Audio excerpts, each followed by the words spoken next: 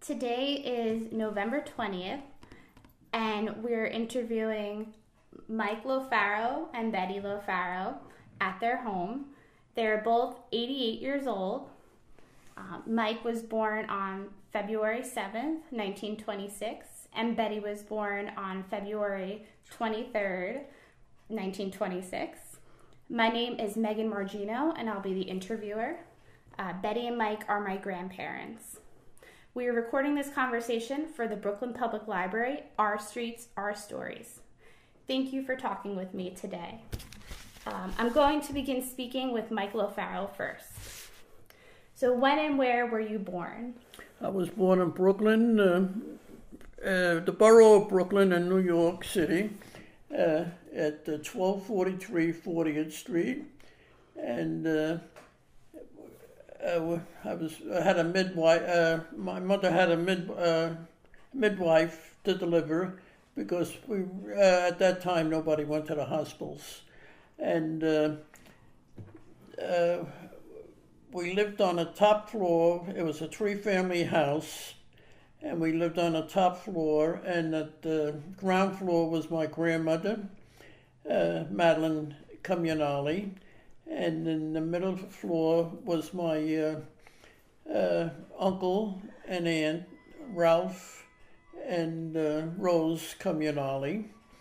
And the reason we bought, my parents originally came from New York City, Mulberry Street, and after they got married, they decided to moved to Brooklyn, and when they moved to Brooklyn, my grandmother had a sister that lived across the street at 1252 40th Street.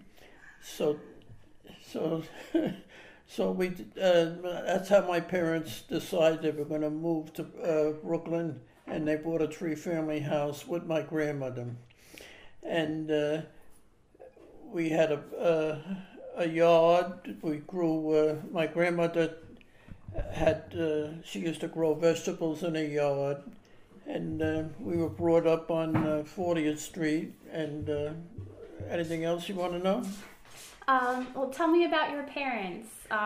What are their names and what did they do? My parents, when I was born, my father was originally he was a tailor, and from a tailor he became a truck driver, and then he took the test for the New York City Fire Department.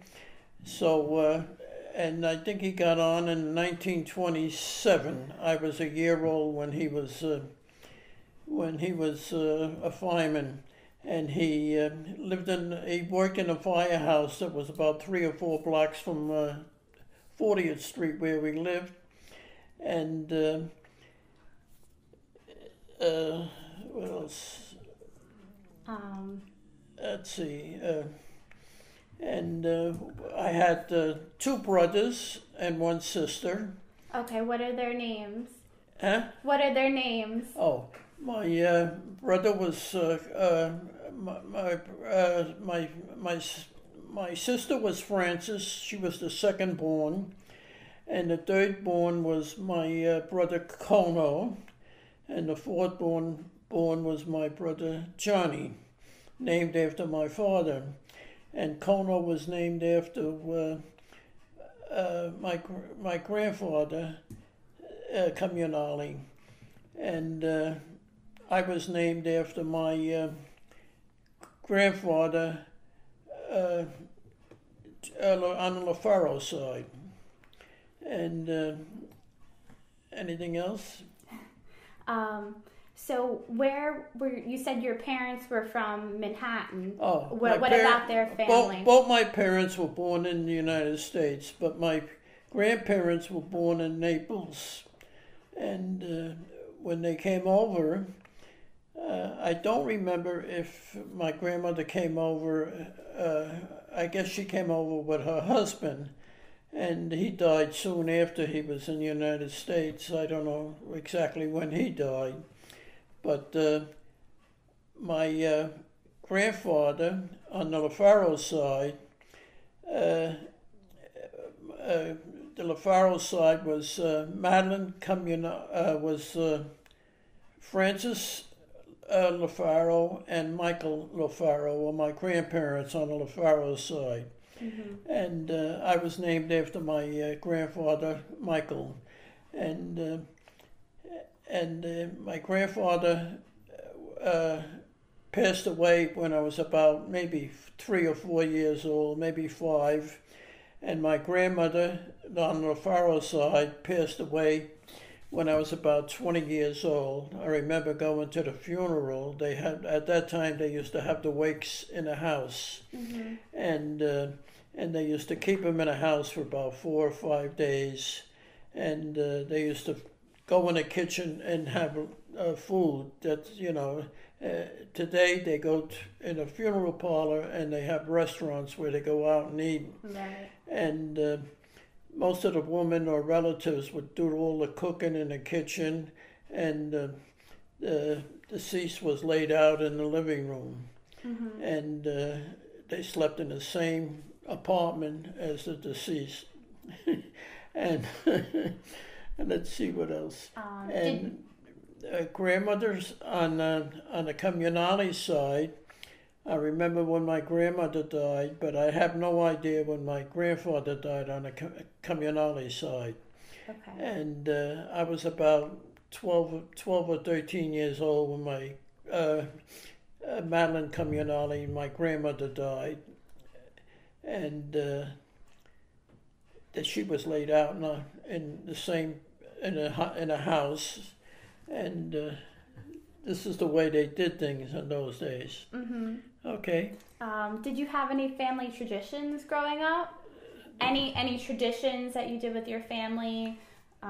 Well, we used to have the holidays we usually spend with my grandmother. She did all the cooking. Okay. And my this is Grandma Comunale, and she had 2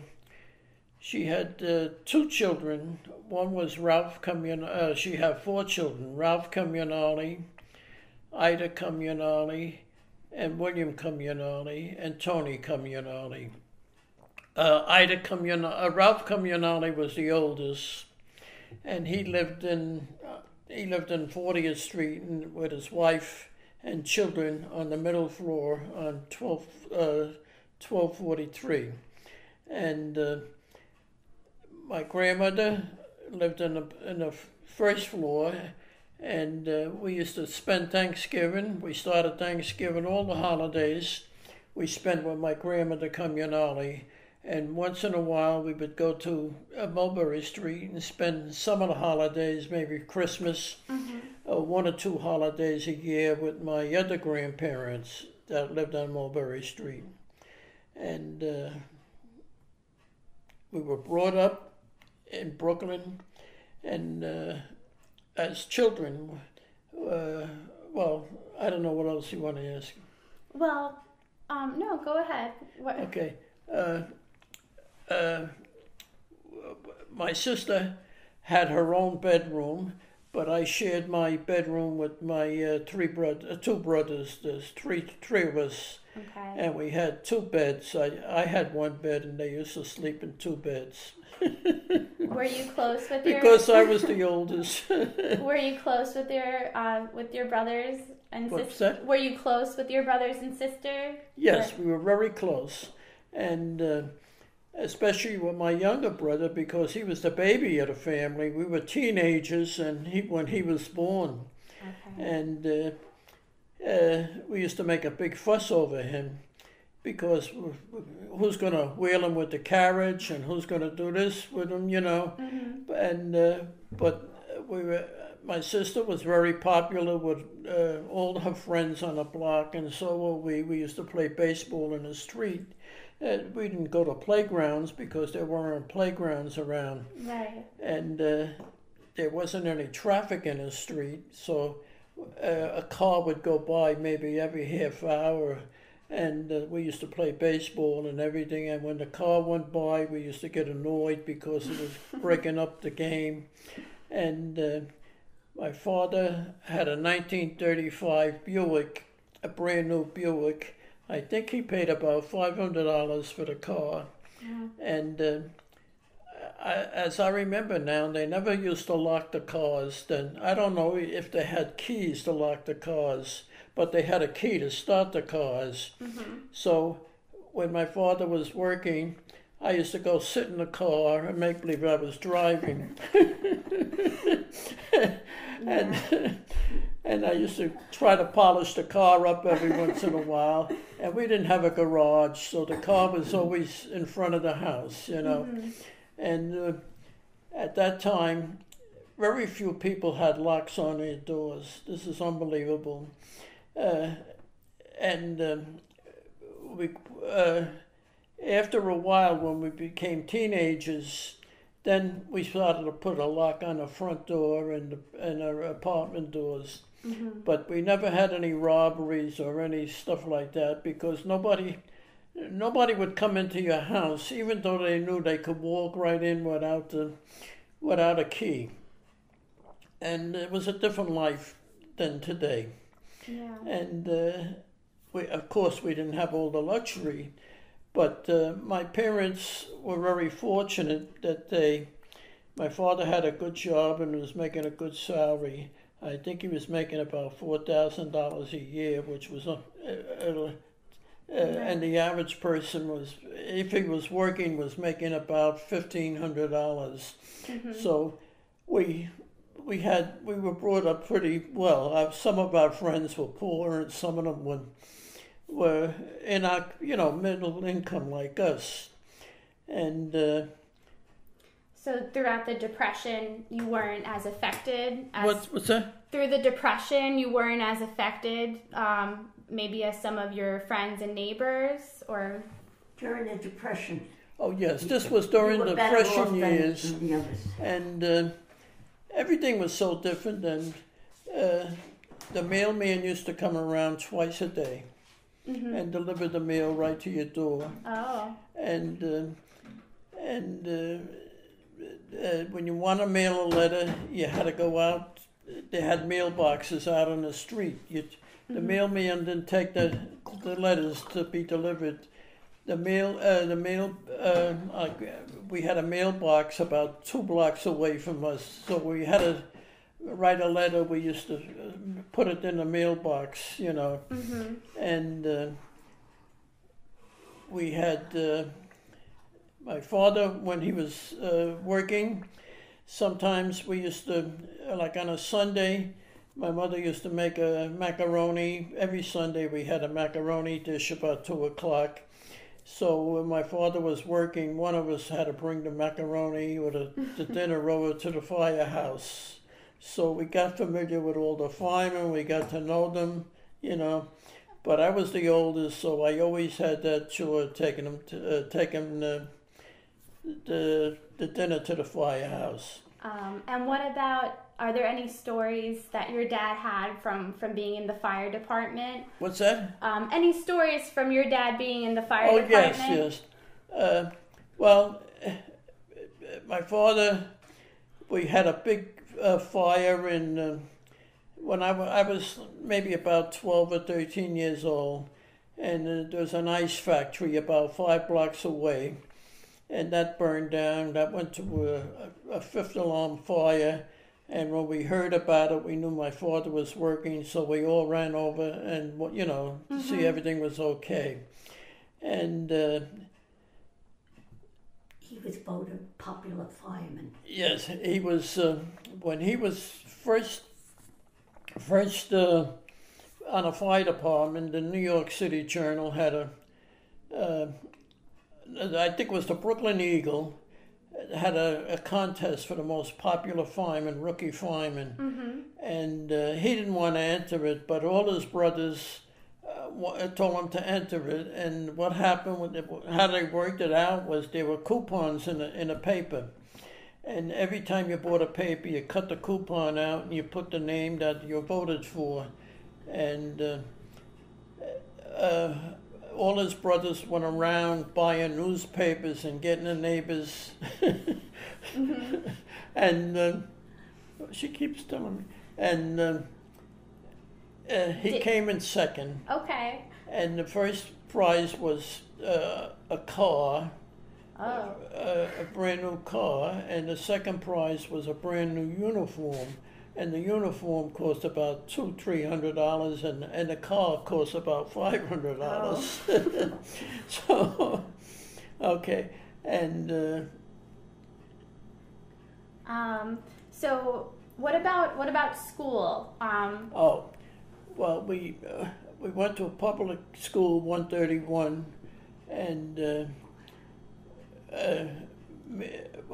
first my sister and me were both. I was 1 or 2 grades above because I was the oldest, and I used to see her in the schoolyard, Mm-hmm. and then my other brother came in, and all 3 of us now were in PS 131. Brother Johnny wasn't born yet, Mm-hmm. so after that we went to a junior high school. It was just Montauk Junior High, which was a little different from the public school, the grammar school. Okay. And we had I used to play handball. We had handball courts. That was a big popular game at that time. And when I graduated from junior high school, I went to Hamilton High, which was about a mile away. And I used to walk to school instead of taking the trolley. My mother used to give us a nickel or a dime to take the trolley. Mm-hmm. So we used to save it, and I used to walk to school. And, okay. And I guess that's why we're in pretty good shape today. We did a lot of walking. And we didn't have a car that would, that we could drive around. Right. So, and my parents, the only time we had a car, we went to New York to visit my other grandmother. We all went in the car and went to New York, and I remember driving over the Brooklyn Bridge and and anything else. Go ahead. Did you have a job when you were growing up? When we were young, like maybe about 10, 11 years old, we used to buy shopping bags for a penny a piece, Mm-hmm. and then sell them for 2 cents. So we sold maybe 5 or 6. Maybe we bought maybe about 20 shopping bags for 20 cents. Okay. And we left them in the house. I was the only one that did it. My brothers didn't do it. And then we used to go. I used to go out and sell the shopping bags for 2 cents. Where would you sell them? There was on 13th Avenue. We were on 12th. We were living on between 12th and 13th Avenue. At that time, 13th Avenue had a lot of push carts for about 5 or 6 blocks, and that's how they sold fruit and vegetables and everything. Okay. And a lot of people were shopping around, and we're going around, buy a shopping bag, 2 cents, cheap. Some people bought it and some people didn't want to buy it, and but if we sold 2 or 3 a day, we after school maybe, but Saturday was a big day. We used to spend the whole day selling shopping bags. So if we made 10 cents profit on a Saturday, that was great, because you could go to a movie for 11 cents or 10 cents. Oh. And my parents used to give me 10 cents a week to go to the movies. And I used to go, we had double features. And if you went to a movie, you spent about 4 or 5 hours in a movie, because they had cartoons and they had double features. And let's see what else. Any other jobs when you were young? And yes, and then when I used to work, before I was 16, I wanted to go to the Western Union because they were paying 30 cents an hour delivering telegrams on a bicycle. But before that, I was working in a restaurant as a busboy, and I was working for maybe $2 for 12 hours. But I was working hoping that it was going to enough money on tips.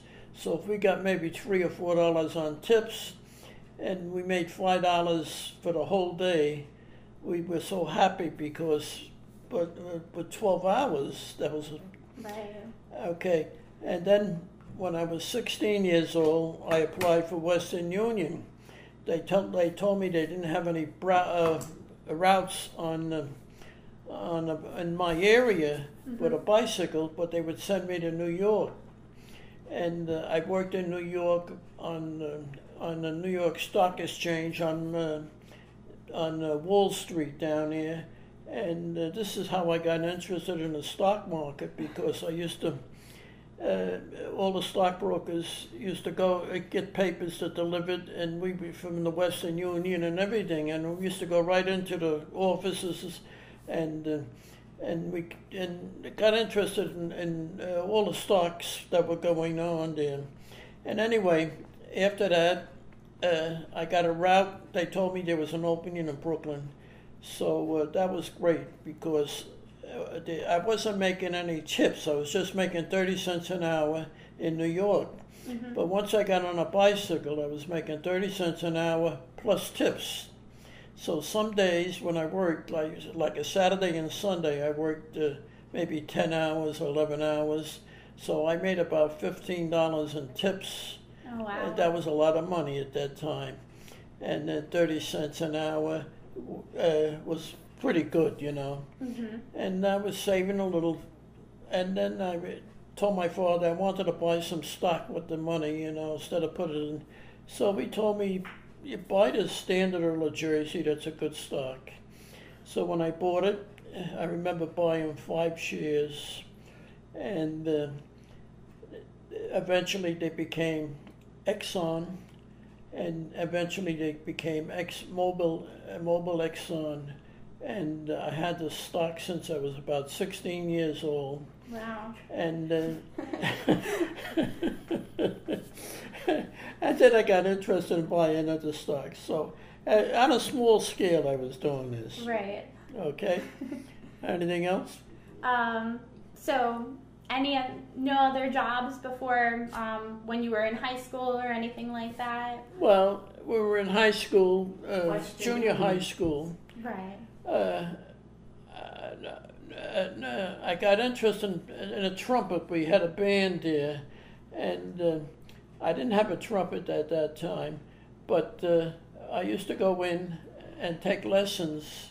Okay. But the lessons were maybe 10 minutes, but I didn't learn too much. You know, Okay. I was just playing a scale. Mm-hmm. Then eventually, when I was in high school, I bought a trumpet with my friend, and we decided we were going to go take lessons, and I think we paid 50 cents a lesson every Saturday. And in the studio, you were there. After the lesson was maybe a half hour, you could stay in the studio and play. So we used to buy sheet music and play, you know. But while we were taking lessons, we used to play the scale, which was very boring. But Harry James was like my idol. So, and I wanted to play all the songs that he played, you know. Mm-hmm. So I used to buy the sheet music and imitate him on a trumpet and with my friends. Okay. And I have to say, we were pretty good. Okay. And what about any other fun things you did with your friends in high school? well, in high school we had I didn't complete high school because there was a war going on, Mm-hmm. and I wanted to join the Navy, and my mother says you got to wait until they're drafted. So I didn't want to. I says, well, I get drafted, I might go in the Army, and I don't want to go in the Army. I want to go in the Navy. Mm-hmm. So they finally gave me, you know, let me know, told me okay, they would sign the papers. And I was almost 18 when I went in, you know, but in the Navy. I just wanted to get in the Navy. I didn't want to go in the Army because I'd rather be in the Navy. Right. And So that was you were almost 18, so that was in 1943. I'm in 44. 44. Okay. Yeah. And When I was in the Navy, we went to, we had to go to boot camp in Sampson, New York. And after boot camp, they gave us a 30-day leave. And after the leave, they signed me to the Brooklyn Navy Yard was putting an LST in commission, the USS Bennington. So I was assigned to the Bennington, and I was as a quartermaster, which is the navigation department. So when we had a big ceremony, and my sisters and brothers and cousins all came out on the Brooklyn Navy Yard, and they were so impressed with the ship, you know. Right. And it was, at that time, it was the biggest carrier, we had. And after that, we went on what they call a shakedown cruise. You go on South America, then you come and you go full speed ahead, and after that, you go back to Brooklyn Navy Yard, and they go into dry docks and do all the repairs, and make all the corrections. So while we were in dry docks, they were drafting men for an LST, the amphibious force, because the war was they were doing good in the war in Europe, and they were going to win the war, and the Americans and the Russians were almost going to meet together halfway in Berlin, Okay. And now everybody was concentrating on in the Pacific. So they wanted all these LSTs. So I got assigned to an LST 940, picked it up in Virginia. I was sorry to leave the aircraft carrier, but they were taking guys. I was they call a strike. You're striker. You strike for the petty officer. So if you didn't have enough seniority, and they were drafting them off the carriers, and they took guys from navigation departments, from the seamen and air deals, and they gave them LSTs. So we're not on an LST now, and I got assigned to an LST. And from there we went to, we left New York, I picked it up in Virginia. In Virginia we went down to Panama Canal. Panama Canal, we went to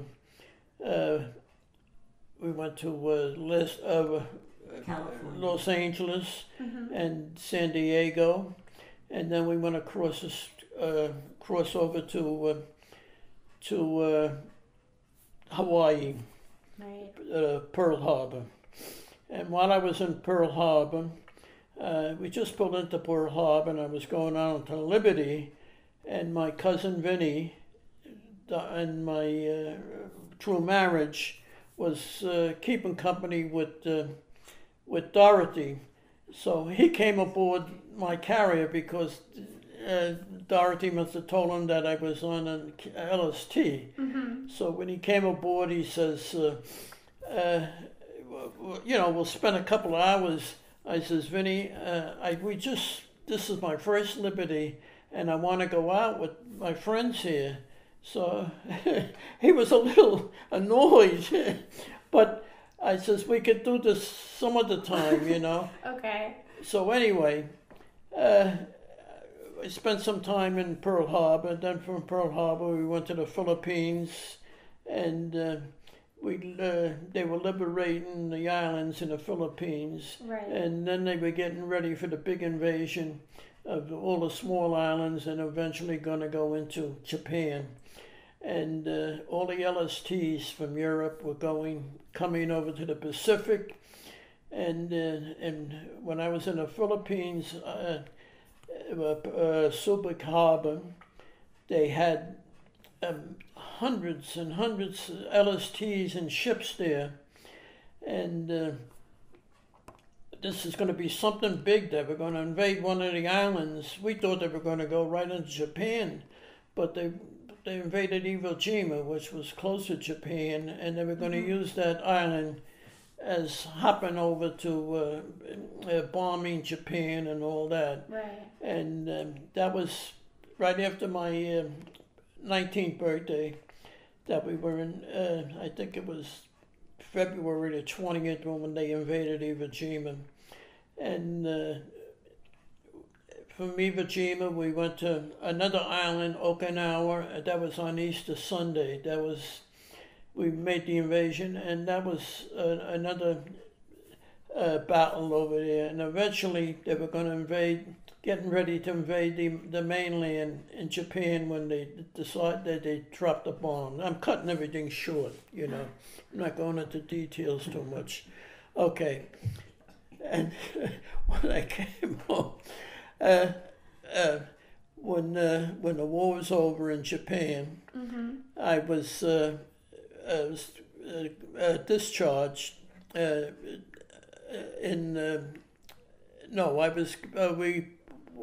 we went back to the United States in L.A. and I had Liberty there, and then they told me they're going to put us on a troop train and we're going to get discharged in Lido Beach, Long Island.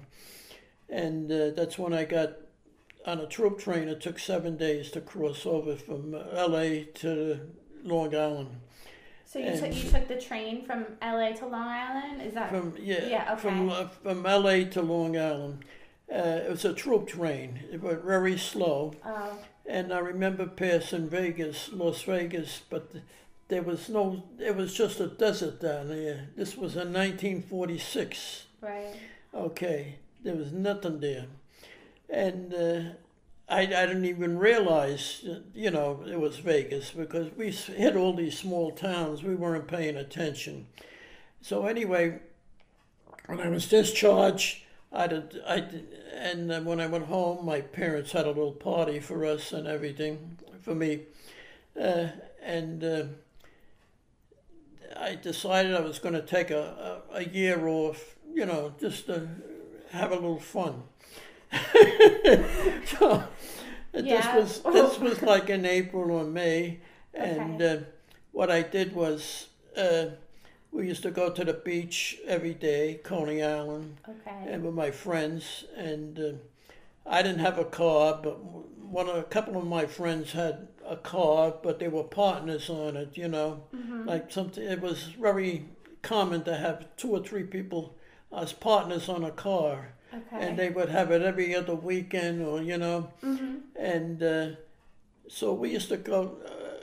I used to like to go by car, but a lot of times we couldn't go by car. We used to go by train, and we spend the whole day down. And we go in the morning to the beach and come back at night. And that was great. Did it, and the government was paying us $20 a week. Okay. And they call it the 2052 Club. In other words, any people that got discharged and they didn't go to work, they couldn't find a job, got $20 a week, and $20 a month. Sorry, $20 a month for 52 weeks. Okay. So anyway, then we used to go out at night, so we went to Times Square one night, and I met your mother in a skating ring. Oh, so you two met at Times Square? Yeah, okay. All right. Okay, so now I'm going to speak with Betty about her childhood. So can you tell me, when and where were you born? I was born in Lansford, Pennsylvania, on February 23rd, 1926. My mother and father had bought a home there. They had arrived from Italy. Both of them came from Europe and settled in Pennsylvania. And they raised a family of 9 children, and eventually we were down to 5 children that survived. And unfortunately, my father developed minor's asthma, which was called the black lung. Okay. And he had to go to Arizona for his health, and he died there shortly before I was born. And that was in 1925. 1926? Okay. Right? And then my mother, upon the advice of her neighbors, was told to go to New York to live, because this way she had 5 children, 5 daughters, and they could obtain some better jobs, a better way of living. So she left her house in Pennsylvania and moved up to the Bronx. Okay. And what little I remember of the Bronx was that we had ice boxes instead of refrigerators. And the icemen used to deliver the ice in big blocks. They would come with the horse and the buggy. And we had fire escapes on our apartments, because we lived in apartment houses. And when the heat was terrible, in the summer months, you would see all the people out on their fire escapes trying to get a little bit of fresh air, or sitting on their stoops outside. And we played a lot of games in the streets, because that was what was available to us. And we would roller skate and play baseball and all sorts of games, little races and Johnny on the Pony. What's Johnny on the Pony? And we also started working at a young age. Okay. And I was selling the shopping bags, as my husband related. He did also. And they were purchased for a penny a bag and sold for 2 cents. And so you spend all day in the shopping markets, because that's what we had. We were on 138th Street, and it was all the fruit stands and vegetable stands, and you sold your shopping bags. Did you do that with your sisters? You did that, or was it just you? I did alone. Okay. I was the baby in the family, the youngest, and my sisters were older, so they were on to doing their things. Okay. And then eventually I was babysitting at a young age. And at the age of 14, I got a job in the Van Heusen shirt factory. I told them that I was, 14. Yeah. I told them I was 17. And of course, they didn't ask for proof at the time. They hired me, and I was working, stretching the shirt collars in a factory. And my mother didn't even know what I was doing at the time. But I would bring home, I got $12 a week. I would bring home $11.88. And the $11 went to support the family, and I kept 88 cents to spend for myself. And then, let's see. So was that after you left school you were doing that? Or was that while you were still going to school? No, I was only 14 then. Okay. I was young. And we had good times. We used to go to the Bronx Zoo. And we had parks in the area, St. Mary's Park. And those days you could go and really enjoy yourself without worrying about anything. Right. And we had trolley cars. And we would also have the elevated trains. Yeah. So when we were young, the young children used to hop behind the trolley cars and get free rides on their roller skates. Oh. And then when it was time to go to school, we had to take the elevated trains to high school, junior high, high school. And we, too, put the money in our pockets for the trains and used to walk a good 20 blocks or so to get to school and come back, winter time and all. And I attended Morris High School in the Bronx. And did you have any family traditions when you were growing up? well, only the usual holidays. Okay. We had a very small family because when my parents came over, we had no relatives. Mm-hmm. So it was just the immediate children, and then as the family progressed, it would be the daughters with their husbands and or boyfriends or whatever, and we'd have our dinners and Right. And I worked at Massachusetts Mutual as I got older. And prior to that, I was in a photography shop. And around the time I worked at Mass Mutual, I went roller skating at Gay Blades and met my husband, my future husband. And he had just come out of the service. Mm-hmm. And I was living in the Bronx, and he was living in Brooklyn. Right. And so he had to commute. He had no car. He had to commute by train back and forth so that we could date and go out together. Right. What were some of the fun things that you did when you were going out? Well, we used to go to the movies. Yeah. And then we used to go for, what would you call it, a drink at the little cafe or something. Okay. And we'd go in the park for long walks. And I can't think much more. Before you know it, we were saving about $10 a week for our wedding. And we were saving for our wedding. Yeah. And so when were you married? We were married on May 6th, 1950. Okay. And we had the first sit-down dinner wedding in the family. Prior to that, they used to be called football weddings. What's a football wedding? Oh, they used to make the sandwiches and, very casual. You had no seating arrangements. You just went there and you danced. And so we had the first sit-down dinner. Yeah. And everybody was very proud of that because we paid for it. We saved and we paid. And I paid for my own wedding gown. And we worked very hard, the two of us. Mm-hmm. And we lived in the Bronx with my mother for the first 2.5 years of marriage. You lived in the same apartment as your mom? In the same apartment because we were supporting my mother. Okay.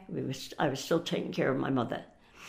And then when it came time for us to start a family, my oldest sister said that she would take my mother in and care for her, And we moved to Brooklyn. And so we started our new family and our life in Brooklyn, just 2 avenues down from where Michael's family lived. Right, so you were close to all They your family. purchased a house, and they put us in the house on 40th Street in Brooklyn to start our family. And that's where I had started. Deborah was the firstborn, mm-hmm. and then in 4.5 years later, along came Michelle. Okay. And I'm trying to think. Go ahead. So you spent a lot of time with your brothers and sister, your extended family when you were living in Brooklyn? Yes. Well, while we were keeping company, we dated a lot with my sister and her boyfriends.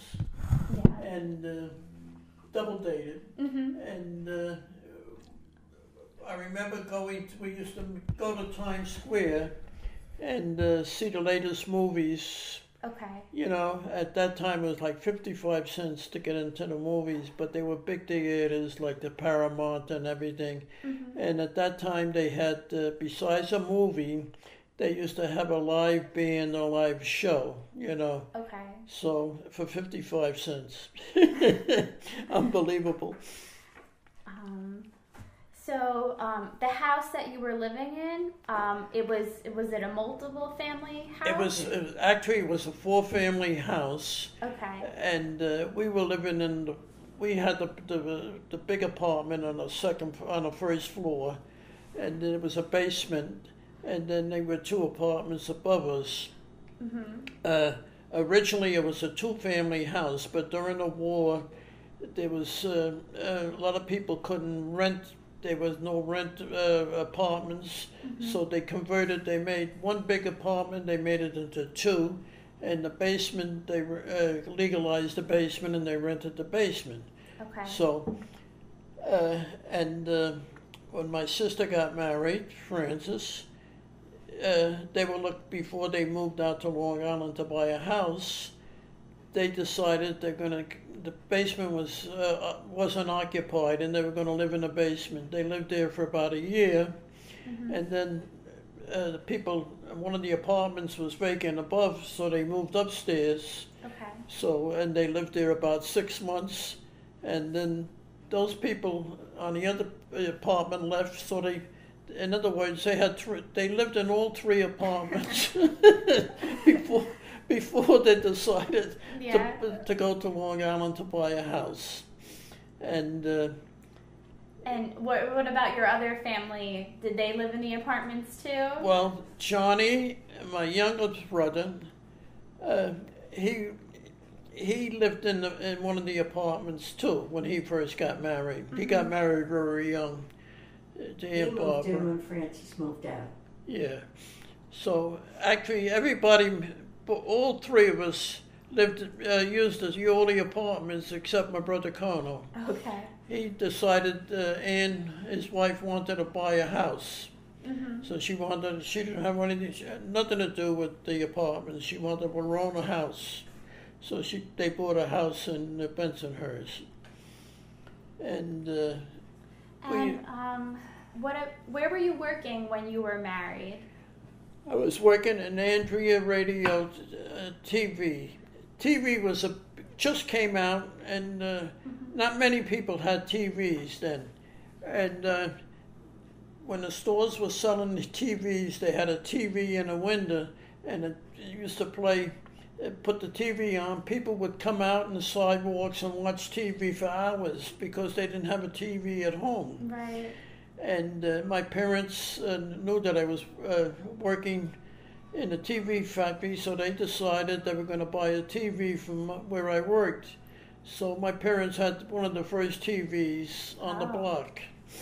And when we got married, we bought a TV in the Bronx. You know, we had our own TV. Now people were buying TVs, but TVs were only about 7 inches screens. Okay. And there was no remote control. And every time you wanted to change the station, you had to get up. It was good exercise. And the TVs, they only had about 6 channels. And at 12 o'clock, they used to go off. 12 midnight, there was no TV to watch after 12 midnight. Okay. And they had a pattern that goes on, and it stayed on all night with all this colored.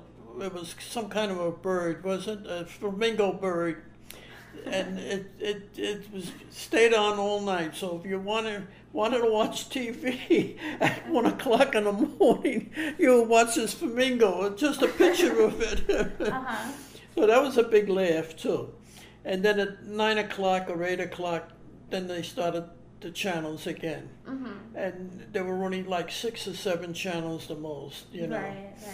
And so what did you do what was your job? Before TV, everybody used to listen to the radio. And I remember Pearl Harbor, when they bombed Pearl Harbor, I was about 12 years old, and we just heard about it, and we put the radio on, and we were sitting by the radio for hours, and we couldn't believe, nobody knew where Pearl Harbor was. They didn't even, you know. Right. And we didn't realize we had a Navy in Pearl Harbor, that they lost practically the whole Navy. Right. And that was, and before that, we didn't have any TVs, and the radio. Not everybody had a radio, I think, or maybe every other family had a radio. And but we had a lot of time to spend not watching TV, but playing on the street and doing other things, you know. Yeah. And there was no. The movies was always crowded, because that's where people got their entertainment, from the movies. And on the radio, you only had the news that went on at, I think it was like 6 o'clock at night. And that was the only news you got on. Then they had all these programs all during the day, all like Superman and things, the Shadow and all that. And that was the only news you got at 6 o'clock, and it was only on for 15 minutes. And there was a war going on. Mm-hmm. So, and when you went to the movies, they used to show newsreels of the war and what's going on, you know. Right. It was like maybe a half hour in between the two double features. Mm-hmm. And that's how you got most of your war news. And we used to go to the movies. After we got married, we went to the movies, and the television was getting very popular. Right. So the movie theaters were losing a lot of money. Mm-hmm. So what they did was, every time you went to the movies, they gave you a dish. A set of, in other words, if you went to the movies 7 days, 7 times, you would get 7 dishes. A dish, like a plate? Dinner plate. A dinner A plate. plate, yeah. So we used to, and it's a funny thing, when we used to go to the movies, all these women with the dishes, every once in a while the movie was on, you hear a dish break. And Yeah. that's how people got their set of dishes. Oh. They got bowls, coffee things, jars, and everything. And Interesting. what else was there? So where were you working when you were married? I was still at Massachusetts Mutual Okay. when we were married. Okay. And then, of course, when it was time to raise the family, then I stayed at home. Okay. And I no longer went to work. Yeah. And that's when Mike became a fireman. Okay. Well, before that, I used to work a double job. And when I was working in Andrea, Mm-hmm. I used to work like a waiter in one of the fish houses in Shore Road, and I used to work as a bouncer in one of those clubs.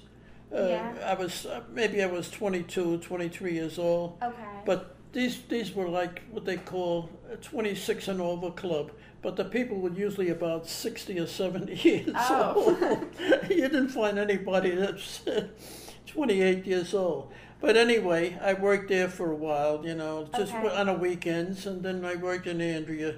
So that helped a little. So when I got on the fire department, after 6 months, you were allowed to get a part-time job. So I worked in the piers. I was McRoberts. I was a checker in the piers. So it was always a second job, you know. Okay. And that's how we got what we have, just because after 3 years, you made top salary in the fire department.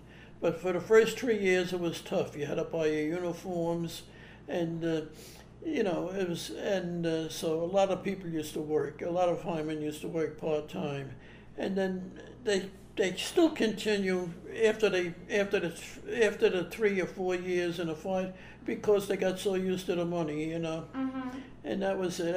A lot of them had part. We were fortunate that the hours were good, so you could work part time. Right. No, go ahead. And Was the fire department close to where you were living?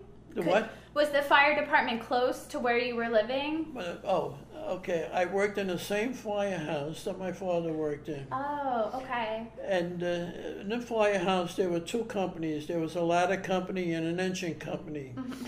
And my father was in the engine company, and I was in the truck company, ladder company. Okay. And the first year I worked, my father was an officer, and he was working on another firehouse. And what happened was, when you become a fireman, they put you in a firehouse right away, you know. Okay. And then because we didn't have enough recruits for classes, you know. So when we went to, I had to wait 3 months before I went to went to school for the fire department, training. So in other words, those first 3 months I worked in a firehouse as a rookie, you know. And while I was working, and my father happened to be in the same group with me, and when we used to run in certain areas together, you know, and I used to see him once in a while, you know. Then after that, I went to school. Okay. Okay, and when I went to school, my father fell down a fire escape, and he got out with a disability, you know. Okay. And I was in the fire department, and my mother and father used to go to movies once in a while. They used to past the firehouse. Okay. And I was on watch, so I was sitting outside, you know. Yeah. And it was very strange that my father was in that same firehouse. Right, right. And after about, I don't know, after I had, when I got to be about 55 or 54, the engine company was a very slow company. The truck company was doing a lot of running. Okay. They 3 or 4 times the running and fighting fires than the engine company. So they all told me, why don't you go to the engine company? It's easier, you know. You could get a good night's sleep, and you're not going to kill yourself, you know, working, especially in the winter time. So they convinced me. So I spent 2 years in the engine company, Okay. the same company my father spent. See, when the firehouse was divided with a wall, but they broke the wall open, so everybody got together. In other words, there were 10 people, 10 firemen in the engine company and 10 firemen in the truck company. Okay. But we all ate together, and when we slept, there were different quarters, you know, but there was a wall between us, but there was an opening. So I'm sleeping in the engine company, you know, and I reminisce, and I could picture my father working there too, because this firehouse was built in 1912. Okay. And they made very little improvements, you know. And in fact, our kitchen was, they had horses there in 1912. But they only had them for about 6 months, and then they got trucks, mechanical trucks, you know. Okay. And if you notice anything, the old firehouses had all these stones in the front of instead of having smooth cement. So their story was that when the horses were ready to go out, they had a grip, you know, on the stone so they could move out fast, you know. But we never saw the horses. I mean, and my father never saw the horses too. But the kitchen was where they kept all the hay for the horses. So when the horses came out, the truck, and they used mechanical trucks, that decided to do something with that area, and they made a kitchen out of it, you know. It was like a small kitchen about this big, you know. And then there was another area where we had tables and we ate. Okay. You know. Is that where you learned how to cook? Everybody learned how to cook. Sometimes, you know, we had. I used to make simple meals, and we used to chip in for the meals, you know. So as we were in the fire department, things got better. People ate better and made good salary. But I used to cook depression meals, you know, something like, some of the guys that would cook would charge $2 to $3 for a dinner, you know. So when I cooked, you know, you did your own shopping. We went out and we shopped. So when I cooked, it was like 50 cents. Yeah. Because I don't know what they were buying. They were buying all this stuff, you know, the fancy stuff. So if I made macaroni and meatballs, and they would make macaroni, meatballs, they would make other dishes, they would buy the best meatball, the best meat, you know, and it really tastes the same. And then they wanted steaks all the time, you know. Yeah. Steaks and salad every day. So anyway, they said, let Mike cook. It's only 50 cents. I make pasta bazool, you know. Okay. Okay. And things like that. And but some of the young guys wanted all this fancy food. They wanted steaks, they wanted roast beef, they wanted all this stuff, you know. But sometimes when you make a big meal like that, and you're ready to eat, and you get a run, and you get a fire, and you're out of luck when you come back. So, so when you come back, you got to reheat everything, you know. Now, who cooked at home? Did you cook at home? Yes. Okay. I cooked at home mostly until he retired. Okay. And then I said, well, it's time for me to retire too. And he started cooking, but he always pitched in. We always did things together, no matter what. Yeah. And, especially for the holidays. Yeah. Did you ever see him fighting a fire? Well, one day there was a fire. We lived between 14th and 15th Avenues. And there was a fire on 15th Avenue. And of course, ours was a one-way street, and the fire engines always came down our street. Oh. So I heard them coming down, and then I heard them stop. So I ran out of the house and ran down, and I saw him up on a roof with the flames, and I got very nervous. Okay. And so I ran home. Okay. But he was fighting a fire on 15th Avenue. It was the first time I ever saw him involved, Right. you know, with flames, and Right. that never left my mind. Yeah. Yeah. It was an exciting job for him. He loved it. Yeah. Yeah. And the church, you talk about St. Catherine's Church? Yeah, that was another one. Our church on Fort Hamilton Parkway, St. Catherine's. They had a big fire there, and he was also at the fire. But that one we didn't really see too much. You know, they kept us at a distance. Okay. But all the priests were out, and the nuns, and everybody felt very bad that the church was burning like that. Right. But they were able to repair it. You know, because that was our local church and the parish where our children went to school. Okay. Yeah. So you have two daughters. What were some things that you did with them as children, for fun? Like fun things that you did with them? Say that with the children? Yes. Oh gosh, I love the snow. And so the minute it would snow, I'd be out pulling the sled. Okay. With my firstborn, that was Debbie. I think she was only a year and a half one time, and I was out there, it was like a blizzard. And as I passed my neighbors, they were all at the windows, banging on the windows and yelling, "What are you doing out there?"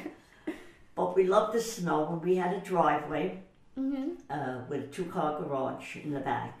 And so we used to get the sleds out for the kids, and they used to come down the driveway. But we also used to go with our sister and brother-in-laws, and we used to go to the parks. Okay. And go sleigh riding all the time with them. Which parks did you go to? Prospect Park. Prospect Park? Prospect Park. Okay. Yeah, and then when my firstborn was small, I used to meet my sisters in Central Park, and we used to go roller skating. Oh. I put her on roller skates when she was very little.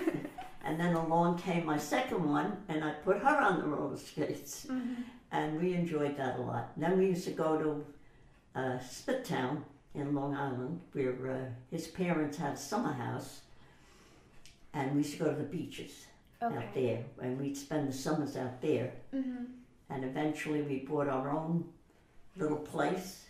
So when the minute the children finished school, we would head out to Long Island and spend the summer out there, and return when it was time for school again. Yeah. And his family all lived out there permanently, and so we were always together. At night we used to sit outside, and we used to toast the marshmallows in the fireplaces and sing songs, and it was a lot of fun growing up. Then eventually we put a swimming pool in our yard out in the island, and they used to go swimming and bring their friends. And We also had an electric organ, and your mother used to take lessons. In your house in Brooklyn? Yeah, in Brooklyn. Remember the Yes. Okay, yes. so we now gave children piano we lessons. went to Long Island in June. We didn't want Debbie to miss practice, so I used to put the organ on a trailer and bring it out to the island. And we also had a parrot, a big cage, and we used to take the bird cage out with the parrot. When the people saw the trailer with the organ and the bird cage, where the hell are these people going? And what about like any amusement? Like did you take them to Coney Island or anything for fun? The amusement places? Yeah. Yeah, where was we used to take them? what's that? The amusement places.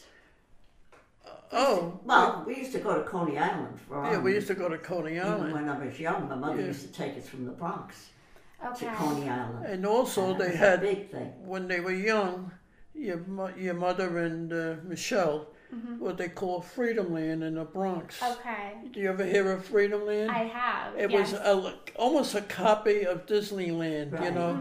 In fact, it was before Disneyland, and it was on a small scale, and it was that was a big thing in those days. You Yeah. know? Yeah, we used to go there with my mother. We used to bring Also, her the World's Fair, Right. and your mother and all the we went to the World's Fair a couple of times. to. Right. Now, this was in 19 what? I think it was. I don't remember. I think 64. 64, Probably. and they only had it for 1 year, and I don't know why they stopped it. But in 1939, when we were young, they had a World's Fair, Okay. and all the school teachers used to take the students to the World's Fair, and that was in Queens, Right. and there's still a park there, and we had the Paris. This Paris Fair. Paris wheel, and what else? The symbols. Triangle. Triangle of and Paris, the- yeah. That was like a logo, landmark. Okay. Yeah, that was 1939. But that only lasted a year, because right after that, they started a war in Europe. Right. And when they had these world fairs, all these countries had, and you know, a building where they would show, and they all started backing out because of the war in Europe. But that was the first time they had monorails in 1939, Okay. and they used to have a car where you could drive a car, a brand new car. As long as you had a license, you could drive it around. Remember I don't know, it was some kind of a road that we could drive around. A track. Yeah, tracks. Well, anyway, and that's in 1939. Did you remember going to Disney World and watching the carousel that turned around? And Yes. it's not a wonderful world. What was The it? Carousel of Progress. They started in the electric lights, and then they started. Right. They had that in 1939, Oh, and they wow. brought it back in the other World's Fair, and then they had it in Disney World. So every time we went to Disney World, we used to reminisce, because was in 1939 they had this. Yeah. Okay. Good memory. Any family traditions that you had with your family? Did you just? I mean, I know you had a lot of extended family over all the time, right? You spent a lot of time with your brothers. Yes, and- we were yeah. always, right. We were always with the family. We always interacted, you know, and that's how the children grew up. They grew up close, you know, with their cousins, Right. And that's how he had grown up with his cousins, very close. I had a very small family, so I hadn't, you know, Right. I didn't have all that, but it was more on his side that you know, we used to mingle with. Any other things that you did for fun while living in Brooklyn over the years? New Year's. No, Is just that- over the years. Over the years in Brooklyn. Yeah. The same things like we did when we were young, you know, Okay. we used to go skating and Yeah. things like that. We went to the Concords every February, Well, right? that was us, yeah. Yeah. In the wintertime, you know. Oh, Debbie came one year, right? Yeah, And Megan and Michelle. Michelle. They were skiing up there, right? In the Okay. Concord. It was Oh. up in Pennsylvania. Okay. Yeah. So Concord was in New York State. New York State? Oh, I thought it was in Pennsylvania. No. Okay. Poconos in Pennsylvania. The Poconos we used to go to. Right. And we used to take a lot of trips when we first got married. When your mother and Michelle were young, we used to go to the Amish country. Okay. And Statue of Liberty. Statue of Liberty and things like that, you know. And where else? And I don't know. And so you said that your daughters went to St. Catherine's for elementary school? Yes. And then they went to Fontbonne for high school? When they graduated from St. Catherine's, then they went to a private Catholic school called Fontbonne Hall. Okay. It was an academy. Okay. They both attended that. And they graduated from there. And then one went to FIT. Michelle went to FIT in Manhattan because she was an artist and wanted to follow that career. And Debbie went on to Manhattan College. She started in Staten Island College for 2 years. She didn't know exactly what she wanted to be, but she liked history. Right. So she went to Brooklyn College and got her degree, and she became a teacher. Okay. And Michelle. it was very difficult when she graduated because they had stopped giving the history tests to enable you to work in the city schools. And so her first job was in Harlem, in a Catholic school. She drove all the way from Brooklyn to Harlem to teach. And when they started opening up the tests again, then she took the tests and she passed. And then she worked in Brooklyn. She came back to Brooklyn and was teaching in Brooklyn. And then she worked at the Bell Parkway Grady School. Yeah. She was teaching there till she got married and had her first baby. Right. And Michelle graduated from FIT, and she got a job with Carol Lace Company, and she designed for I can't think of the name. Illustrator. She was an illustrator. She was a designer, an artist, right. Yeah. And that's where she met her husband, as a matter of fact, going up and down the elevators. And he was the executive salesman. So she was doing that when she got married. Then she started teaching art in schools, and she became a teacher. So how long did you live in Brooklyn? When did you move away? Brooklyn over 20 years. Yeah. It was more than 20, right? Well, we moved in Long Island. Brooklyn, we moved in 1953. We moved in Brooklyn. It was about 30 years. 30 And years. then 1987, I think we moved out to Long Island. Okay. Your mother bought a house out there. And we were thinking that we still had the bungalow, and we were going to convert it over when I retired. And we were going to convert it over to an all-year house. And then your mother found a nice house down the block on Pompey, you know where it was? Right. You remember that house? Okay. So anyway, we decided, all right, we're going to get that house. It was a big house. And we didn't know what we were going to do with the bungalow. So I says, you know what, we'll rent it out. And so Barbara heard we were going to rent it out, Barbara and Johnny. So and Elaine says, I'll be interested, you know. And we rented it out for 2 or 3 years. Very, very little money, just enough to carry the house with the taxes. And then they made enough money saving, and they bought their own house, you know. Okay. And you sold the house in Brooklyn then?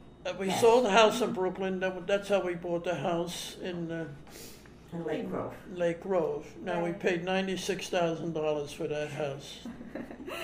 $96,000. We sold it for $400,000. Oh, the house in Brooklyn? No, no, the house in Pompey. Okay. House in Pompey. And We used to spend, I don't know if you remember, but we spent a lot of Christmases there in Pompeii. Do you remember? Right. Do you have any memories of that? Huh? Yes, of course. So anything else that you want to add about living in Brooklyn or your time there?